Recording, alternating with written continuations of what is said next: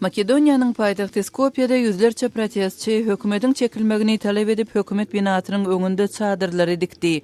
Olar premier ministr Nikola Gurevski we onuň hökümeti wezipesinden çekilýänçe hökümetiň jaýynyň öňünde galjakdyklaryny duýdurdylar. Bir gün mundan öň geçirilen protestde 40 000 çemet adam goşulypdy. Köpçüliklerin çykyşlar ministrleriň ses berişligi galplaşdyrýanlygyny we adam öldürilmeginiň üstüni ýaşyrýanlygyny görkezýän videonyň peýda bolmagynyň ýygyny döredi. Irak'ta İslam Devleti'nin söwüşçileriniň Anbar vilayetindäki basyşlaryndan gaçyp çykan adamlar öňkü din jalyşy olagynda baş pena tapdylar. Lager 17-nji maýda söwüşçiler tarapyndan basylyp alynan Ramadiýdan günorta tarapda Habaniýa kölünde ýerleşýär. Regionda ýagdaý örän durnuksyz bolmagyna galýar. Esasan sünnileriň ýaşaýan ýeri bolan bu regiona şaýylaryň ýaragly toporlary hem gelip hökümet güýçlerine goşuldy.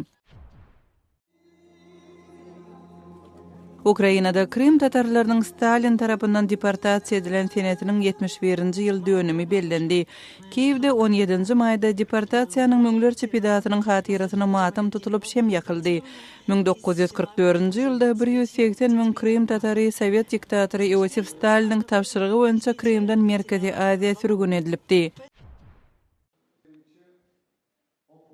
Krim'in Simferopol şäherinde deportasiýada helak bolan Krim tatarlarynyň hatyrasyna merkezi mesçitde namaz okuldy. Köp tatarlar 1980-nji we 1990-njy ýyllarda Krim'e dolanyp barypdy. Emma olar orta ýetin geçen ýylda Krim'i bir kanun anneks etmeginden soň özleriniň kemsedilýänligini we hukuklarynyň depelenýänligini aýdarlar. Siz günüň täzelikleri bilen tanyş bolduňuz.